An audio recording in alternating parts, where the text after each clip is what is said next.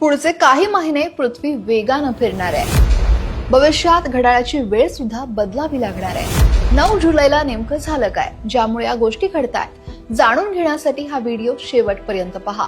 9 जुलै 2025 हा दिवस सामान्य दिवसांपेक्षा 1.3 ते 1.51 मिलीसेकंद आधी संपला.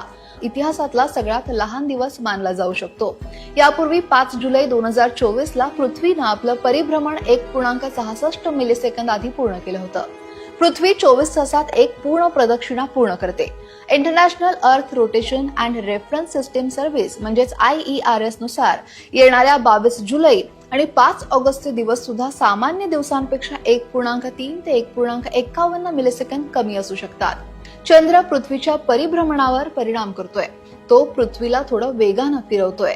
IERS जागतिक वेळ मापनाचं निरीक्षण करते. 9 आणि 22 जुलै आणि 5 ऑगस्ट या 3 दिवसात चंद्र पृथ्वीच्या विषुववृत्तापासून सर्वात दूर आणि ध्रुवाजवळ असेल.